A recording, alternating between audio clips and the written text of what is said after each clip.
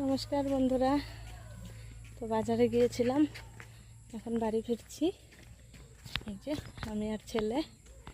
বাবা হাই করে দাও, বাবা হাই করো, হাই করো একবার। এই যে দেখো, হাই করো। করবে না, ও রাগ হয়েছে। হেঁটে হেঁটে কেন আসলাম, ও টোটো দিয়ে আসবে, আমি হেঁটে হেঁটে নিয়ে এসেছি, জন্য রাগ হয়েছে। চলো চলো চলো, বাজারে জাস্ট টুকিটাকি কেনাকাটা করার জন্য গিয়েছিলাম, ওর পেন্সিল বুক আনার জন্য। আর ঘরের দুটো জিনিস ছিল না।